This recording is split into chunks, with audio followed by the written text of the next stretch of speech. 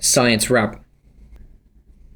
Now let me explain the scientific method. First you're gonna want to ask a question. Don't be a dummy, but that's just a suggestion. Next step, do background research. See if your question already has an answer, like is Earth flat or can my goldfish get cancer?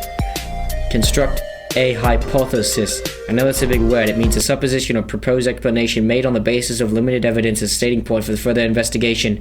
You nerd.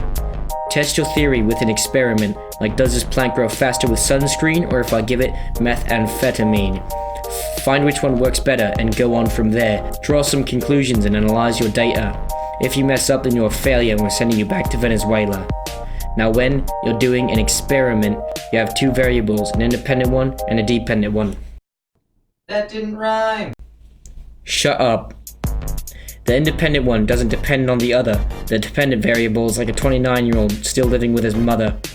Lastly, there's the control group. It doesn't change at all. If it does, you've done a NIU. Now that you're done with your experiment, if your results line up, then you're not an embarrassment. Now go share your results with the world, unless you're in the 1800s and you're also a girl.